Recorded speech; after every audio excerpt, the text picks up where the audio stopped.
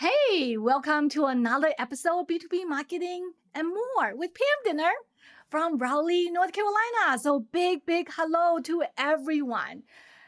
Another episode, and this time we really want to talk about something very special, podcasting.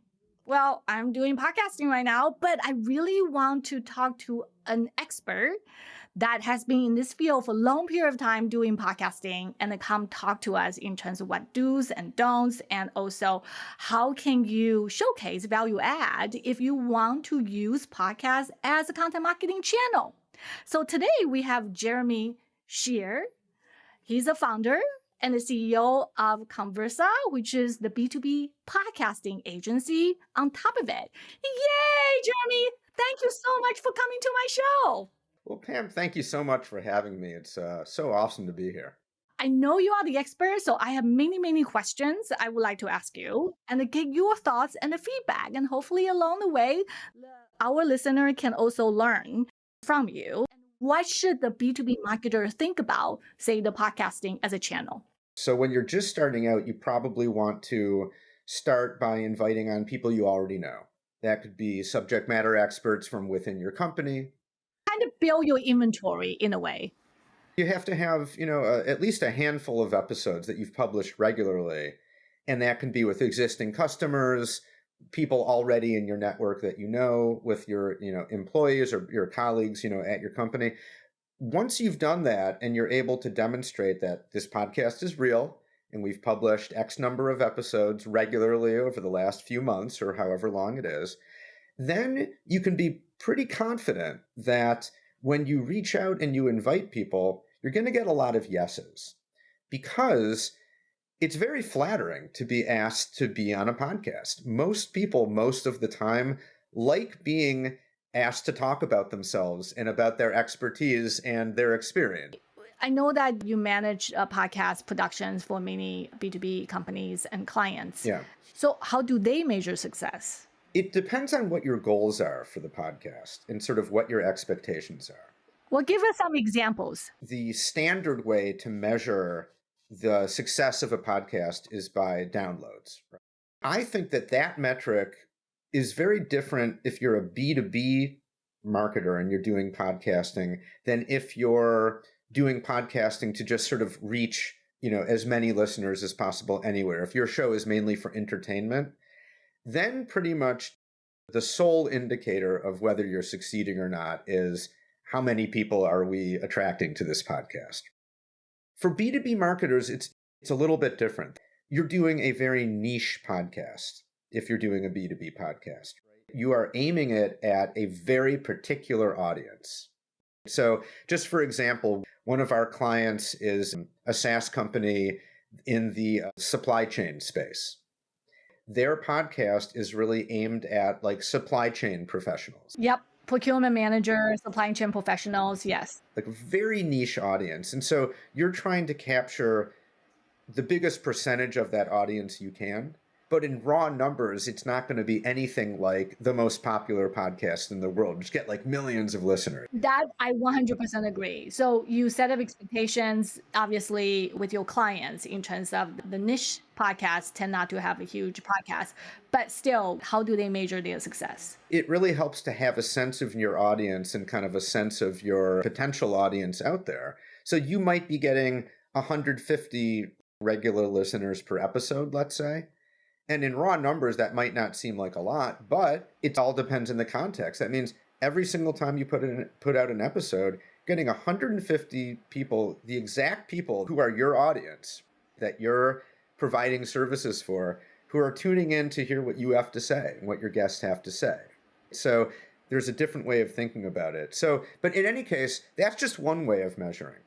Another way of measuring the value is the content that you're generating from the podcast. I was on a call with a client just the other day, and I asked her, how is the podcast going? What can we improve? And I said, well, why don't we look at the numbers, the download numbers? And she said, you know what? We can do that, but I'll be honest with you, I don't really look at those numbers so much. Like I have a general sense of them, but that's not really how we value the podcast. For us, it's all about the content that it generates. So for every episode, they get the audio episode, We record some video for them. So they also take that video and repurpose it as promotional content. And then they're turning every episode into at least one blog post and a bunch of social media content. So for this particular client, the main value lies in the fact that it's a content generation engine. And it helps them produce content much more efficiently than they were doing before. So speaking of podcasting, can you tell us in terms of what are different formats of podcasting out there? And also, is any kind of like ideal format for B2B? There are a handful of kind of main formats. One is one person doing a monologue, right? That's one format. There's the interview format, what we're doing right now, a host and a guest. Yep. And there are variations on that. Sometimes you have co-hosts or multiple hosts and with multiple guests, but basically an interview format. There are scripted podcasts. Instead of just publishing this as a back and forth conversation, that you took sound bites from what I'm talking about and then wrote a script around it and then narrated and then did the voiceover. Kind of like a documentary, but it's a podcast version of it. A more narrative scripted podcast, but it's not fiction. Like it's nonfiction, and it's sort of taking an interview and turning it into more of a narrative and a story using narration and sound bites. Those are the main formats. Yep. And, you can sort of tell, even if you haven't tried all those or any of them, that they range from the monologue being kind of the simplest format because it's just one person talking, to the scripted version, which is the most complicated and takes the most time.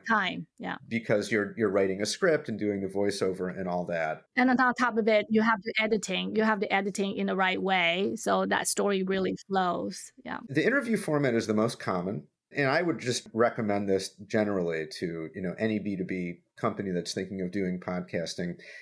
It's a good place to start, at least. Yeah. You get the most value for the effort that's required to do it and do it well and produce it at a high level. In some ways, I think it's actually easier to do than a monologue. Because if it's just one person and you're doing a monologue, it takes a certain kind of person to be able to pull that off, because, and I guarantee it will not work if you're like writing everything out and then just reading it off the page, unless you're really, really good at that, unless you have some acting chop. There's too great a risk that it's going to come off as very stilted and it's going to sound like somebody reading off a page. And that's just not very engaging to listen to. When people listen to like a very authentic conversation, they feel they are part of it. So, even though like you and I are talking, but they feel like, oh, you know what? I'm actually part of it. I understand what they are talking about. And then, but if it's more scripted, there's a sense of formality kind of associated with it. And then you feel like, it's very tight. You know what I'm saying?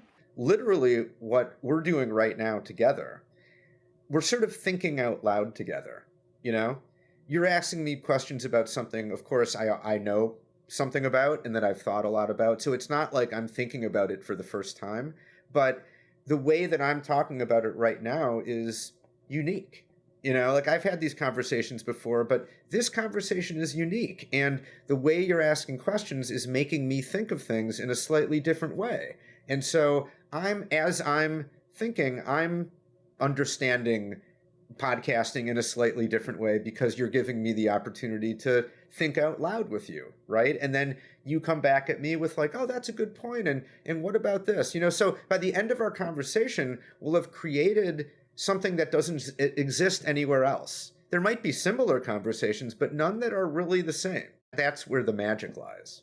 Yes. So to create a magic like that, and can you also share with us, given that you work with many B2B companies and a lot of B2B marketers will be curious to find out how much it costs to produce an episode, and if they have to set up a budget, what is the setup budget will look like, and also how much it costs to actually produce an episode. Of course, I'm not talking about podcast advertising. It's more or less have the podcast produced very nicely and uploaded to a listening platform. Can you share some of that information with us? The cost range really widely. Totally agree. A range is fine. Yeah. And it, of course, totally depends on what kind of podcast you're doing, kind of the level of, production that you're getting into. For us, I mean, I can just tell you kind of how our pricing range is. Sure. At the simplest end, where we're just producing like a pretty basic audio podcast, interview style, and we're focusing primarily on the post-production, meaning the client records and then they send us the files and we edit them and produce them and make them sound awesome and package it all together, put in the music, put in the intro and outro, upload it to the hosting platform. That's going to be somewhere in the range of probably $700, $800 per episode. Per episode. Yep. Typically people will buy like a package of episodes that might have some discount built in. That makes a lot of sense. Yeah. If you're getting a little more complicated and you're also looking for pre-production services, which is producing, like be part of it. Yeah. Mm-hmm. That might include helping you find guests, book guests, Yep. write questions, sort of do everything that needs to happen to get you prepared to actually record the interview. You might want like an engineer, just like you have Scott and your I have Scott. Yep. Behind the scenes. If you need, an engineer just to make sure that everything sounds good, looks good, to troubleshoot if any problems comes up. So then that's a higher level of service. And then you're talking anywhere from about, $1,200, $1,500 an episode. And then on the much higher end, reproducing each episode to create other kinds of content. So producing a full-length video episode, shorter promo videos, blog posts, all that stuff. Then you're looking at, anywhere from about maybe $1,800 to over $2,000 an episode, somewhere in that range.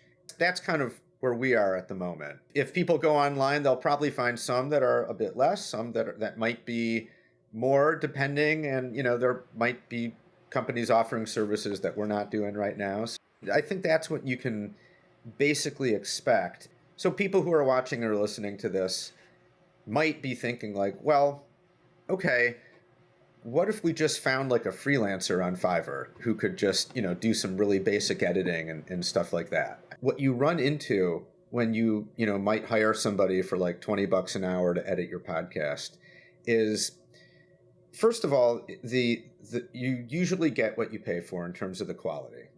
Pay for it. Yeah, I 100% agree with that. Yeah. There are different schools of thought on this. There is one school of thought that just says, just record some stuff and put it up there. The audio quality is really not the most important thing. It's more important that you just record and get stuff out there at volume. And I disagree with that, just because maybe at one time that might have been true.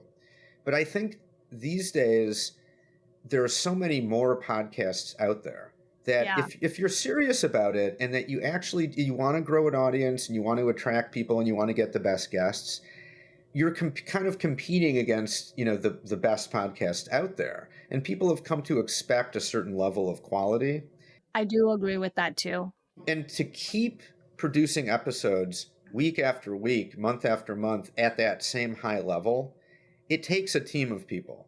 Yep. It can get overwhelming if you're trying to do it yourself, or if you just have a freelancer who may or may not be that good at it, or who might disappear at some point. Yeah. Or who gets too busy. To really get the level of quality that you need that I think people have come to expect and that you should want, if you're going to put stuff out there with your voice in it or your name on it.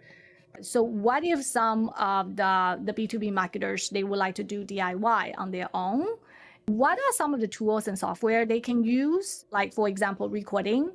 Do you have a suggestion in terms of recording? And obviously, I use Riverside, but you may have a couple other suggestions. And also listening platform that they can use to upload. Do you have any suggestion on those? It depends what kind of recording you're doing. So if you're doing remote recording like what we're doing, the host needs a microphone. The good news there is that you can get a perfectly good microphone for right around $100, $150, even maybe under $100 if you find just the right one. You do not need to be spending thousands of dollars on like the top level microphone. I 100% agree. Yeah. You need a platform to do remote recording. As you mentioned, right now we're using Riverside. That's a very good one. We also use one called Iris FM, iris.fm, also a very good one. I haven't heard that. Yeah. I know a lot of people use Zoom, and we don't use it just because I think Riverside and Iris and other platforms are just better. They just get better quality overall. Sound quality, I think. Yeah. They're built for podcasting, and I use Zoom all the time, just not for recording. Yeah. So my recommendation would be to use a platform that's built specifically for podcast recording. You also need, if you're interviewing people remotely, then you also have to worry about the quality of their audio. And they may or may not have a microphone or a headset. I found that people just speaking into their computer microphone has gotten a lot better than it used to be. It used to sound horrible, no matter what. Now, I'm often surprised that it sounds so much better. And sometimes it actually sounds pretty good. I definitely recommend doing like a little test to see. That might be just before you record, or even like a day before, to see what does the audio sound like, and encourage the guest, if they don't already have one, to maybe get a simple headset or a microphone. That's our recommendation too, to our guests. And then in terms of editing, there are, many different tools you can use. We use a tool called, we use a piece of software called Descript to do most of our editing. And it's a really good tool, really powerful tool. You can use, if you have a Mac and you have GarageBand built in, perfectly good tool to do some editing. Audacity is a free online tool that a lot of people use. Yep, that one's popular. That's popular. Yeah. That can get the job done. Check out Descript. That's really a pretty cool tool, a good one. And then in terms of a hosting platform, there are dozens out there. Currently, we mostly use one called Buzzsprout. But, some of the more popular ones, Podbean, Libsyn. I guess my only real recommendation there is there are some free options. Like SoundCloud is free. I think Anchor is one associated with, I think it's associated with Spotify. It's free. Those will work, but I would recommend not using the free option. I would recommend, Buzzsprout, you can do for $12 a month. It'll get you, most people, all they need. You get better analytics. Just more services, better ways to embed a player on a website and all that stuff. So, we've been using Buzzsprout for a few years now, and it's definitely pretty good. It's worthwhile doing some research and checking out the different platforms and the analytics that they offer and stuff like that. Yes, I do also agree with you. When you are looking to evaluate the hosting platform, check out their analytic capability, and that's very important, especially if you are looking into to tracking your success measurement, and that's one way. And of course, you can also add additional analytic platform on top of it to get additional insight. Hey, this is wonderful, Jeremy. It's wonderful to have you with me at my show and to share a lot of your wisdom and the knowledge and insight in terms of doing the podcasting and the value that provided, if you will, to the B2B marketers. So thank you for coming to my show. Oh, you're so welcome. It was a real pleasure. I had a great time. Okay. Take care, everyone. Bye. Bye-bye.